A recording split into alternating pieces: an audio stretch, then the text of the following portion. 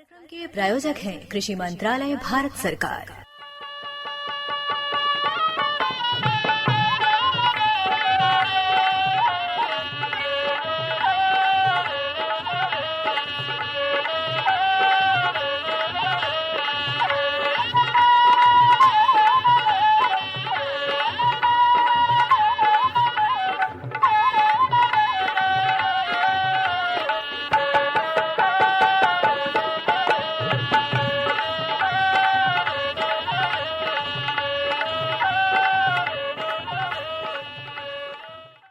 भैया बोला जय जवान जय किसान। और बताओ नंदू भैया का हाल चाल बा?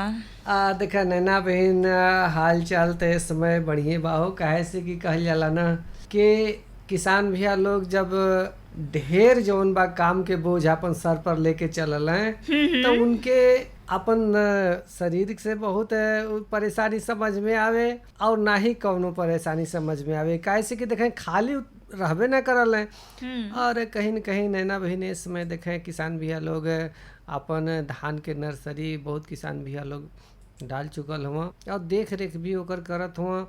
और कुछ किसान भैया लोग तो अभी भी जहाँ जौन बा दऊ के सहारे हुआ वहाँ जौन बा नर्सरी जौन बा डालत हुआ। हम तो कहब कि भैया हो समय के अनुसार अपन नर्सरी डाल लेवें और जैसन पानी के लहान जोहन बा नैना बहन वही के हिसाब से अपन धान के नर्सरी भी डालें ताकि जौन बा धान के अपन खेती बढ़िया से अपन फसल ले सकें।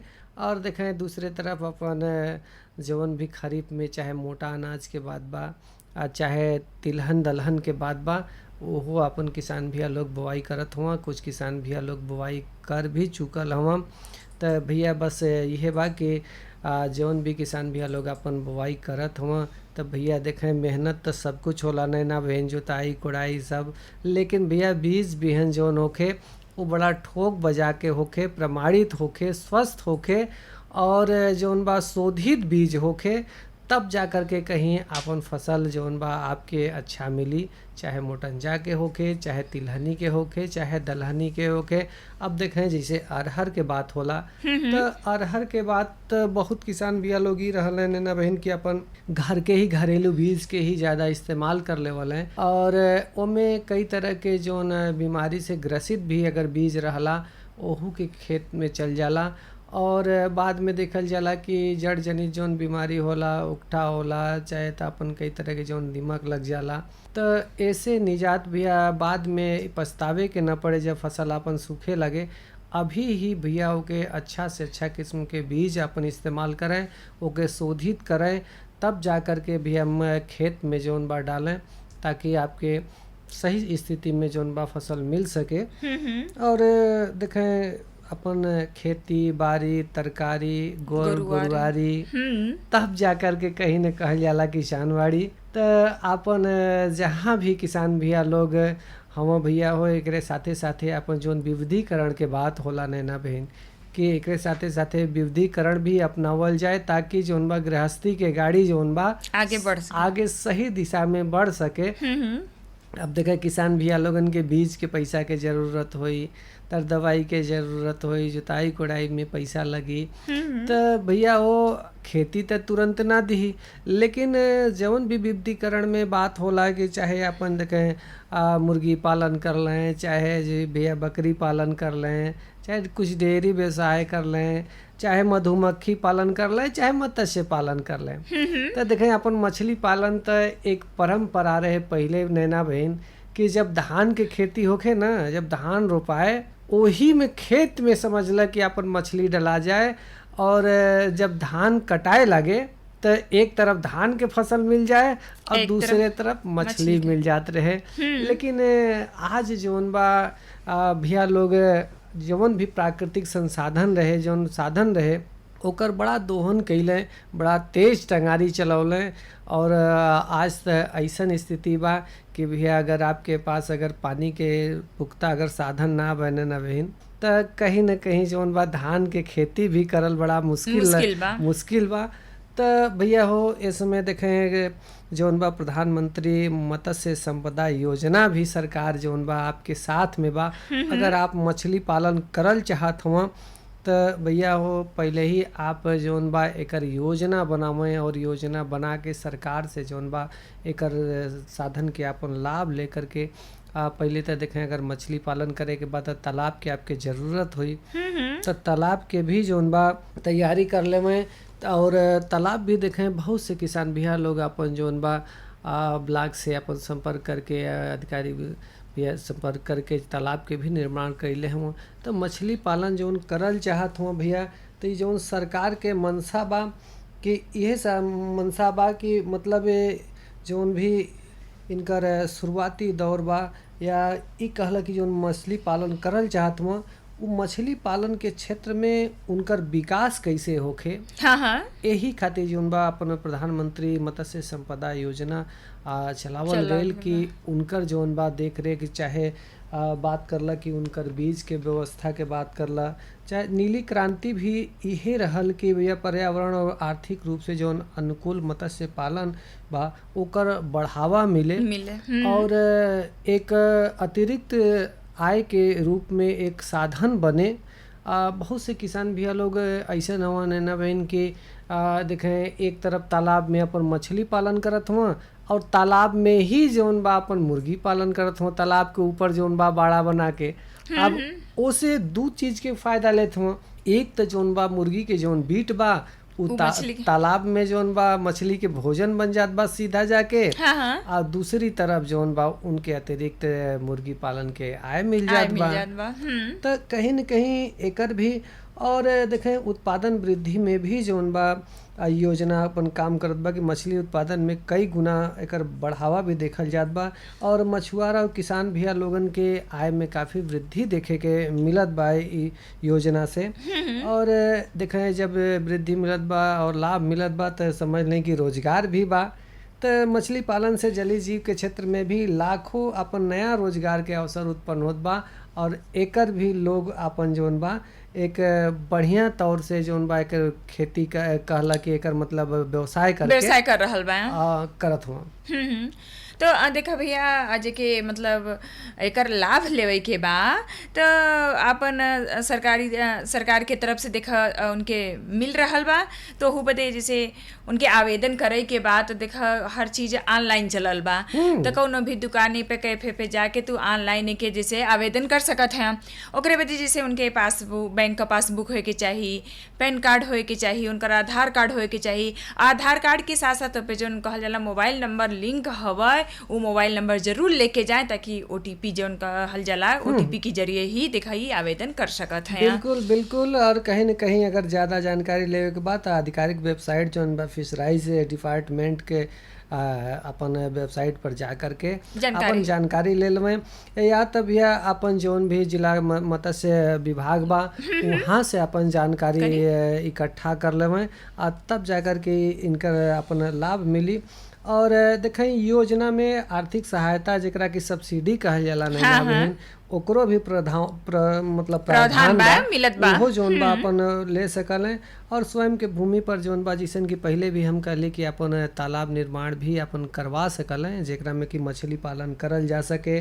कोल्ड स्टोरेज जौन आइस प्लांट मछली के परिवहन खातिर जौन इंसुलेट वाहन बा ओकर भी आप आवेदन करके ले सकल हैं। मछली पकड़े और ओकर बेचे वाला जौन उपकरण खरीद पर भी जौन बा एकर छूट बा एमे भी आप लाभ ले सकल हैं। तो कहीं न कहीं आपके साथ सरकार बा और सरकार की योजना बा प्रधानमंत्री मत्स्य संपदा योजना बा तो एकर आप लाभ ले सकल हैं और अपन जीवन में एक अच्छा जौन बा रोजगार के एक साधन अपना के आगे बढ़ सकल है। बिल्कुल। तो देखें वही तरीके से अपने कार्यक्रम में भी आज हमने लोगों शामिल के लिए है जा कि मत्स्य पालन हेतु नए तालाब की तैयारी कैसे कल जाए।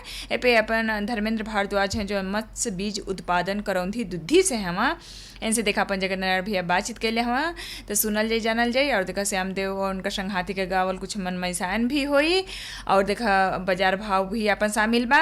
लेकिन अपने किसान भैया लोग उनके बता दी कि आज को जो तापमान बा वो देखा न्यूनतम 25 डिग्री सेल्सियस बा और जो अधिकतम बा वो 32 डिग्री सेल्सियस बा।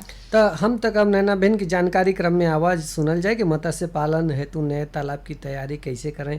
अपन धर्मेंद्र भारद्वाज भैया जो मत्स्य बीज उत्पादक हुआ करौंदी दुद्दी से जगत नारायण भैया से का अपन बातचीत करत हो, सुनल जाए। चलो सुन लेवल जा। किसान भाइयों बहनों, खेती के साथ साथ सह व्यवसाय के लिए तरह तरह के जुगत अपनाई जाती है। इसी क्रम में आज हम मछली पालन के बारे में जानना चाहेंगे। तो इसके लिए सोनभद्र जनपद अंतर्गत दुद्धी ब्लॉक के कठौंधी से श्री धर्मेंद्र भारद्वाज जी स्टूडियो में आए हैं।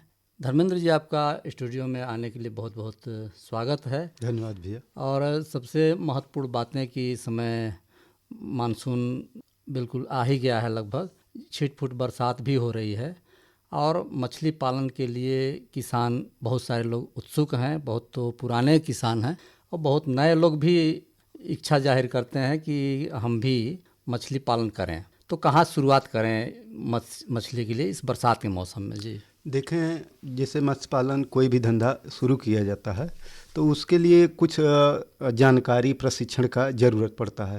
तो अपने जो अगल बगल के पुराने किसान हैं जो पहले से मछली पाल रहे हैं उनसे जानकारी कर लें।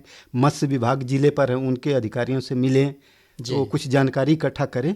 तो ये जो सोर्स हैं उनके यहाँ से पहले कुछ जानकारी प्राप्त कर लें। रही बात की जैसे नया तालाब और पुराना तालाब, जी, तो जैसे नए तालाब हैं तो उसमें तालाब की खुदाई हो गई और उसमें उर्वरक का प्रयोग हो गया।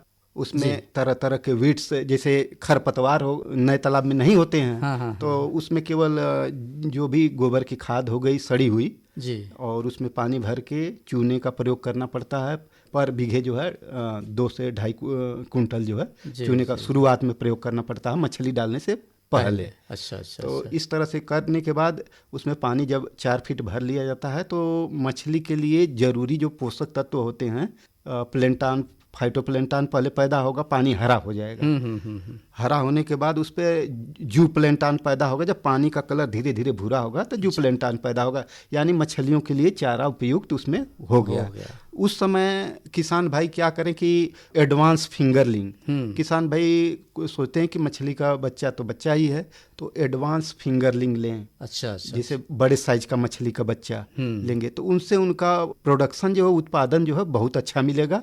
अच्छा। हाँ, छोटे साइज का बच्चा न किसान भाई डालें। अच्छा, इसमें बहुत किसान भाई तो कभी भ्रमित होते हैं कि पानी गंदा हो गया, जो आप पीलापन कह रहे हैं, तो उसको साफ करने की कोशिश करते हैं। तो यानी कि उसको साफ करना उचित नहीं है, बल्कि वो आहार है एक तरह से। हाँ, कोई किसान अगर कहता है कि हमारे तालाब का पानी बिल्कुल साफ है तो ये जान लीजिए कि वो किसान समझ नहीं पा रहा है उसके तालाब के पानी की उर्वरता जो है मछलियों को उसमें भोजन नहीं है उपलब्ध है। हाँ, एक प्लेंटान नेट आता है, छोटा सा जाली होता है, उसमें 50 लीटर जब पानी को छान देंगे तालाब को तो उसमें जो भी सूक्ष्म जीव हैं, वनस्पति मूल के हो या ये जंतु हो छोटे, वो 2 ml होना चाहिए। अच्छा। छानेंगे तो उसमें छोटे छोटे जीव होंगे, उसमें 1 चुटकी नमक डाल दें, यहाँ फार्मलिन 1 बूंद 2 बूंद डाल देंगे तो मर करके वो परख नली में नीचे बैठ जाएंगे। तो अनुमान लग जाता है कि इसमें तालाब में खुराक की मात्रा कितनी है। अच्छा, अगर कम है तो उर्वरक का प्रयोग करेंगे। जैसे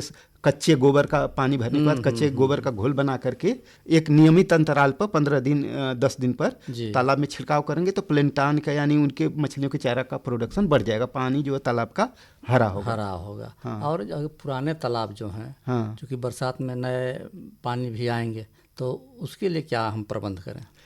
जैसे किसान भाइयों के पास जो पुराना तालाब है तो अब उसमें कि ज़्यादातर बड़ी मछलियाँ निकाल ली होंगे, कुछ मछलियाँ छोटी बची होंगी जी। हाँ, अगर तालाब सूखा नहीं है तो उसमें अगल बगल जो खरपतवार हैं उनका साफ सफाई करवा लें। अच्छा। बेया हो गया और जो भी किनारे होता है उसको बच बोलते हैं लोग। जी। हाँ, तो ये जो है साफ सफाई कर लेंगे तो जो मांसाहारी जीव हैं मछलियों को खाने वाले उनको अवसर नहीं मिलेगा जी। क्योंकि मछलियाँ उसमें घास पात में जाती हैं, वो घात लगा के बैठे रहते हैं। अच्छा, और मछलियों को पकड़ के खाते रहें, किसान भाई को पता नहीं लगेगा। तो खरपतवार का उस तरह से उन्मूलन कर लें। अगर कोई किसान भाई कर लेता है तो अच्छी बात है, अगर नहीं कर पाता है तो उसमें ग्रास कार्प की जो बड़े साइज की है, वो मछलियों को डाले। अच्छा अच्छा। वो जो खरपतवार है उसको खा करके साफ कर देगी। हाँ, वो समझिए कि तरीका दो है। केमिकल से भी घास पात उसको निकाला जा सकता है। हाँ। आदमी भी साफ कर सकता है मैनुअल रूप से जी। और बायोलॉजिकल मतलब मछली को छोड़ करके ग्रास कार्प, हाँ। उससे भी कंट्रोल किया जा सकता है। तो तीनों विधि में सबसे अच्छी है कि आप मछली ग्रास कार्प गिन करके आप बड़े साइज की छोड़े। जी जी, हाँ, जी। ताकि उसका उपयोग कर ले। अच्छा, तो इसमें चूँकि बहुत अनुदान की भी बात आती है कभी कभार की, सरकार के भी योजनाएं तमाम हैं कि कोई मत्स्य पालन करना चाहे तो उनको जो है कि इतने अनुदान मिलेंगे, इतने राशि, इतना लोन मिल सकते हैं। किन परिस्थितियों में उनको मिल सकता है, उससे पहले के क्या तैयारी करनी पड़ेगी? देखें, समय समय पर मत्स्य विभाग की वेबसाइट पर निकलते रहता है मत्स्य पालन के लिए जो प्रोग्राम है जी। उसके लिए निकलते रहता। तालाब खुदवाने के लिए अलग और बायोफ्लॉक के लिए अलग है, बीज उत्पादन के लिए हैचरी का भी अलग है। इस तरह से छोटे से लेके फिश पार्लर वाला भी है, फिश पार्लर का भी है। कई योजनाएं हैं अपने जनपद में संचालित हो रही हैं। तो किसान भाई कार्य दिवस के जब होता है तो जा करके वहाँ मत्स्य विभाग के ऑफिस में संपर्क करेंगे तो योजनाओं के बारे में जानकारी उनको मिल जाएगी। और रही बात अनुदान की, तो जो सरकार की, भारत सरकार और उत्तर प्रदेश सरकार की जो योजनाएं हैं उसमें ST/SC महिला को 60% अनुदान है और सामान्य को 40% अनुदान है। अच्छा। हाँ। तो ये चीज़ मतलब अनुदान के क्रम में भी है। और हम लोग की बातचीत और चल रही थी कि तालाब की तैयारी तो वो तो हो गई, लेकिन इसमें अगर हम मछली डालना चाहें तो कितने बड़े जो है कि बच्चे डालें तो ज़्यादा अच्छा रहेगा और उनका ग्रोथ अच्छा होगा और उनका देख रेख और क्या कर सकते हैं? देखें, अगर आपको उत्पादन लेना है, जैसे बड़ी मछलियाँ आपको बेचना है तो आप कोशिश करें कि बड़े साइज का बच्चा लें। 1 किलो में जो 50 आए, 100 आए, इस टाइप का बच्चा लें। तो होगा कि अपने शत्रुओं से जो है वो सुरक्षा कर लेंगे, भोजन जल्दी उठाएंगे और उनका शरीर का भार जो है जल्दी बढ़ेगा। अगर आप छोटा बच्चा डालते हैं तो होता क्या है कि आप जुलाई अगस्त में अमूमन जब बरसात होती है, तालाब भरता है, तो किसान भाई छोटे साइज का जब बच्चा डालते हैं तो उसको फिंगर साइज का होने में लगभग नवंबर दिसंबर आ जाता है जी। और उस समय जाड़ा का शुरुआत हो जाता है। मछलियों का जो शारीरिक क्रिया है वो कम हो जाती है, भोजन कम लेती है। तो भोजन जब कम लेगी तो शारीरिक भार बढ़ेगा नहीं जी। तो फरवरी लास्ट तक यही कंडीशन बना रहता है। और मछली का जो छोटा बच्चा डाले हैं तो लास्ट में जाते जाते उनके पास 4 महीने का टाइम बचता है, तो उसमें कितना ग्रोथ होगा? 400 ग्राम, 500 ग्राम, 600 ग्राम का। अगर वही शुरुआत में पुराना बच्चा डालेंगे तो 6 से 7-8 महीने में 1.25 किलो 1 किलो का हो जाता है। तो इस कोशिश करें किसान भाई, अगर फायदे में अगर धंधे के रूप में करना है तो संचय करें बड़े साइज का बच्चा। इसमें बहुत तो कभी कभी चूक हो जाती है किसान भाइयों में कि बच्चा डाल दिए तालाब में, अब पता चला कि बारिश तेज होने की वजह से उसके ओवरफ्लो कर रहा है, मतलब ऊपर से पानी जाने लग रही है। तो ऐसे में बहुत मछलियाँ चले जाते हैं तालाब, अन्य नदियों में। इसके लिए क्या प्रबंध करें? इसके लिए होता क्या है कि जहाँ से पानी का निकास है आने और जाने का, तो जहाँ से निकलता है पानी वहाँ और जहाँ से पानी प्रवेश करता है तालाब में जी, वहाँ पर थोड़ा सा हट के, जहाँ जो जगह वहाँ से थोड़ा सा हट के नायलॉन की नेट आती है। अच्छा। उसको थोड़ा दूरी पर, ताकि वो खिंचाव में जा करके बंद ना हो जाए, ताकि पानी आराम से उस पाइप से या जो भी निकास द्वारा उससे निकलता रहे। तो वो जाली लगा देंगे और समय समय पर उसको जांच कर लें कि कोई खरपतवार आके जाम तो नहीं कर दिया है। इसको प्रबंध आपको बरसात के आने से पहले कर लेना चाहिए। अच्छा। और कुछ किसान भाई कर भी रहे हैं। हाँ, तो ये जरूरी है। मछलियों में कौन कौन से रोग लगने की संभावना होती है? मछलियों में जैसे आम जैसे जीव जंतु हैं, चाहे मनुष्य है, जो भी रोग लगते हैं मछलियों में भी वही रोग लगते हैं। अच्छा। हाँ, जैसे आपका फंगल रोग हो गया, वायरल हो गया, हाँ, और ये क्या बोलते हैं बैक्टीरियल, ये सारी बीमारियां जो मछलियों में भी होती हैं। अच्छा। हाँ, तो इसका पहचान कैसे करें? ये पहचान, जब तालाब में आप बच्चा डालेंगे, खाना डाल रहे हैं, तो मछलियों को एक नियमित अंतराल पे कास्ट नेट यानी फेंकने वाली जाल से निकाल के चेक करते रहें। अच्छा। कि उनका वजन कितना बढ़ा है, कोई बीमारी तो नहीं लगी है। अगर कोई बीमारी लगी रहती है तो मछली जो है सतह पर आकर के एक अनियमित चाल पे जी। जैसे किसी का 8 मिले तो अगर मछली स्वस्थ है तो वो भाग जाएगी। हाँ, लेकिन अगर वो मछली बीमार है तो उसको कोई किसी चीज़ का फर्क नहीं पड़ेगा। अच्छा। हाँ, वो धीरे धीरे अपना धीरे तैरती चलेगा। रहेगी। तो आप समझ लीजिए कि मछली को कोई बीमारी है, उसको निकाल करके अगर आप जानकारी है तो उसका इलाज करें, नहीं तो जानकार लोग हैं उनको अगर आप भेजेंगे फोटो तो वो बताएंगे कि ये समस्या है, उसका अनुदान मतलब इलाज हो जाएगा। जी। वैसे सामान्य रूप से क्या उपाय करें कि बीमार पड़े ना? हाँ, और अगर पड़ भी जाए तो उसका भी कुछ उपचार हो जाए। देखें, नियमित रूप से तालाब में मछली को भोजन दें। ये मत समझे कि मछलियां हैं अपना खा पी के रह जाएंगी, क्योंकि मछलियों को आप भूखी रखेंगे आप तो आपको उत्पादन जो है उस हिसाब से नहीं मिल पाएगा। और आप जैसे बीमार इलाज की बात पूछ रहे हैं तो तालाब के पानी का नियमित रूप से अपने से जांच कर लें। जैसे पानी का अगर कलर चेंज हो रहा, बदबू आ रही है तो चूने का प्रयोग महीने में एक बार अगर करते रहेंगे बराबर, तो ये सब आने की लगभग 40-50% समस्या होगी ही नहीं बीमारियों की। तो इस तरह से अगर करते रहें तो, और देख ले पानी का पीएच जरूर चेक करवा लें। अगर पीएच ज़्यादा होगा, अगर चूने का प्रयोग कर दिए तो समस्या हो सकती है। तो चलते चलाते विशेष रूप से किसान भाई लोग इस बरसात के मौसम में मछलियों की देखभाल और क्या कुछ कर सकते हैं कि उनका किसी भी प्रकार की क्षति ना हो? देखें, बरसात अभी शुरुआत होने वाली है और जिस हिसाब से बारिश का लग रहा है कि बारिश कम होगी, तो किसान भाई छोटा बच्चा का बिल्कुल प्रयोग न करें। अगर उनको 4 महीने 3 महीने का ही पानी उपलब्ध है तो बड़े साइज का बच्चा डालेंगे और उनका भोजन का व्यवस्था करेंगे तो बड़े साइज का केवल बच्चा ही आपको डालने में आप घाटे में नहीं जाएंगे, फायदे में ही रहेंगे। अगर 4 महीने में भी 4 महीने भी पानी रुक जाता है तो 400 ग्राम 500 ग्राम की मछली हो जाएगी आपकी। तो किसान भाइयों बहनों, देखें इस प्रकार से हम लोग अगर बारीकी अपनाएं तो निश्चित रूप से अपना जो है कि जो भी उत्पादन चाहते हैं मछली के माध्यम से या अन्य किसी भी स्रोतों से, तो उसमें हम नुकसान नहीं उठाएंगे बल्कि लाभ ही लाभ होगा। तो इतना अच्छा जानकारी दे रहे थे धर्मेंद्र भारद्वाज जी। आप दुद्धी बला के कठौंधी से आए हैं, इसके लिए बहुत बहुत धन्यवाद। धन्यवाद जी। अरे क्या कर रहा है? इधर इधर इधर हम बोल रहे हैं तेरे बीजू का। पुतला बोल रहा है? पक्षियों से तो हम खेत को बचा लेते हैं, पर इन घातक रसायनों से कैसे बचाएं? मतलब?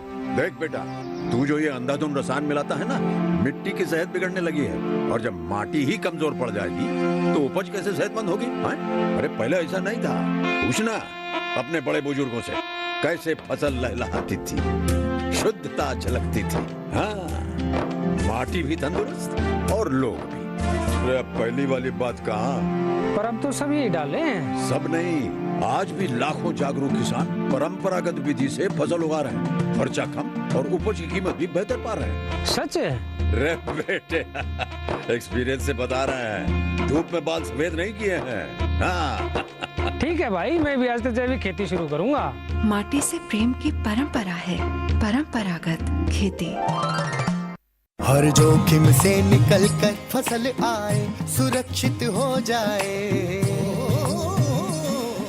फसल बीमा से हर किसान अब आत्मनिर्भर हो जाए। संकट के समय प्रधानमंत्री फसल बीमा योजना किसानों के लिए वरदान है। अब सूखा पड़े या बाढ़ आ जाए कोई डर नहीं, अब ओले पड़े या कीट पतंगे फसल खा जाए कोई फिक्र नहीं, क्योंकि हमने लिया है प्रधानमंत्री फसल बीमा। बुआई से फसल कटाई तक हर जोखिम का दावा, न्यूनतम प्रीमियम पर अधिकतम भुगतान का वादा। योजना से हर साल जुड़ रहे हैं 5 करोड़ से ज्यादा किसान। अब आपकी है बारी। नजदीकी कृषि कार्यालय, सहकारी समिति, बैंक शाखा, अधिकृत बीमा कंपनी या जन सेवा केंद्र में स्वेच्छा से करा सकते हैं पंजीकरण। फसल बीमा पोर्टल या फसल बीमा ऐप द्वारा भी कराया जा सकता है पंजीकरण। प्रधानमंत्री फसल बीमा योजना, आपकी फसलों का संपूर्ण सुरक्षा कवच। कृषि एवं किसान कल्याण मंत्रालय, भारत सरकार। नैना बहन, हाँ भैया, देखे संदेश भी सुनल गई और धर्मेंद्र भारद्वाज भैया के जौन बा अनुभव भी जानल गई कि मत्स्य पालन हेतु अपन नए तालाब के तैयारी कैसे करल जाए, बीज कैसे डालल जाए।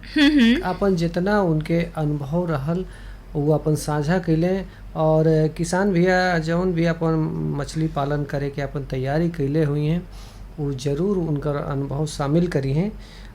इतना बढ़िया जानकारी दिल है। लेकिन देखते ये तोरे हाथ में जो बा मधुपुर के बाजार भाव भी लग गई बा। तो देखा ये मधुपुर से अपन पुनर्वासी भैया भेजले हमा कहा तो बाच दे हैं। बिल्कुल बिल्कुल। तो देखा है आलू लाल 1200 रुपया कुंतल, आलू सफ़ेद 1000 रुपया कुंतल, प्याज 3000 रुपया कुंतल, टमाटर 3500 रुपया कुंतल, कोहड़ा 800 रुपया कुंतल, लंबा बैगन 1000 रुपया कुंतल, गोल बैगन 2200 रुपया कुंतल, परवल 3200 रुपया कुंतल, लौकी 800 रुपया कुंतल, करेला 2500 रुपया कुंतल, भिंडी 1200 रुपया कुंतल, बोड़ा 4000 रुपया कुंतल, मूली 2000 रुपया कुंतल, लहसुन 10,000 रुपया कुंतल, धनिया 13,000 रुपया कुंतल, हरी मिर्च 4,000 रुपया कुंतल, अदरक 13,000 रुपया कुंतल, सूरन 4200 रुपया कुंतल, पालक 1500 रुपया कुंतल, कटहल 1300 रुपया कुंतल, खीरा 2500 रुपया कुंतल, गाजर 3000 रुपया कुंतल, शिमला मिर्च 6000 रुपया कुंतल, फूल गोभी जौन है वो 3500 रुपया प्रति सैकड़ा, पत्ता गोभी 3000 रुपया प्रति सैकड़ा, नींबू जौन रहला वो 200 रुपया प्रति सैकड़ा रहल है। ई रहल आज के ताज़ा बाजार भाव मधुपुर मंडी के।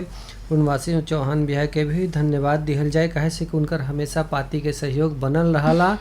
तो देखें झूरे झूरना अवय श्याम देव उनके संघाती लोगन के एगो किसानी गीत से अपन जोन बा बैठ की आगे बढ़े। चलो सुन लेवल जाए।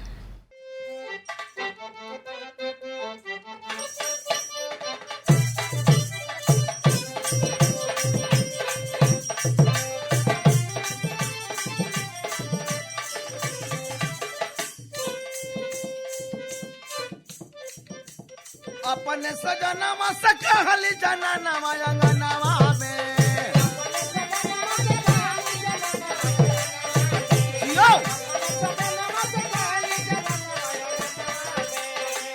होई सुख के बिहनवा अंगनवा में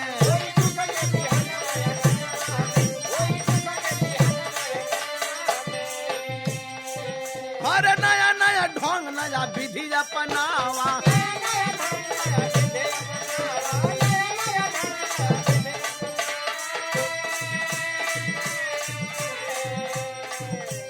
खेतवा के मटिया के जांच करवावा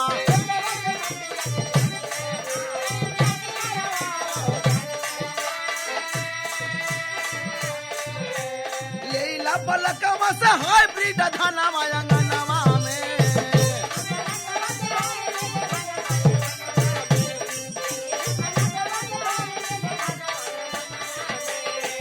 होई सुख के बिहनवा अंगनवा में।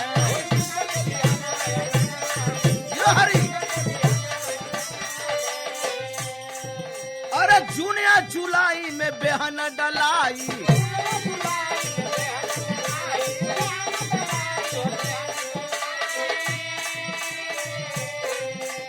नाडब कंपट तो थोड़ा सा मिलाई थोड़ा सा मिलाई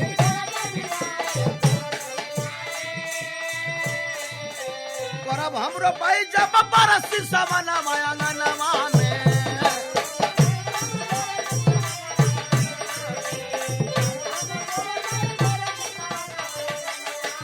वही सुख के बिहनवा अंगनवा में।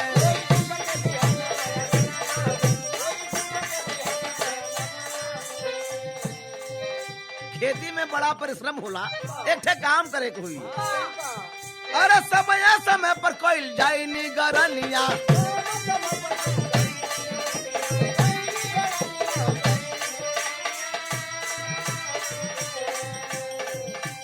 सफल किसान बनी कर किसानिया कर किसानिया।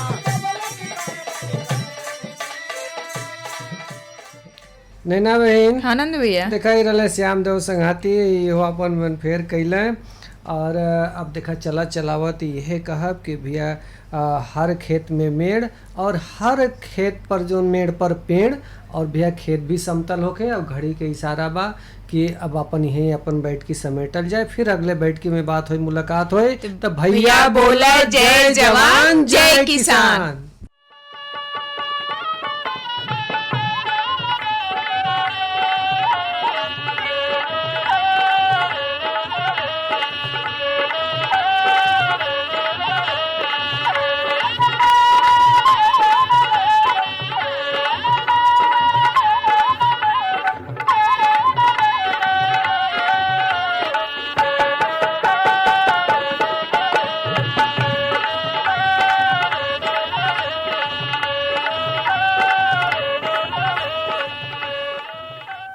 इस कार्यक्रम के प्रायोजक थे कृषि मंत्रालय, भारत सरकार।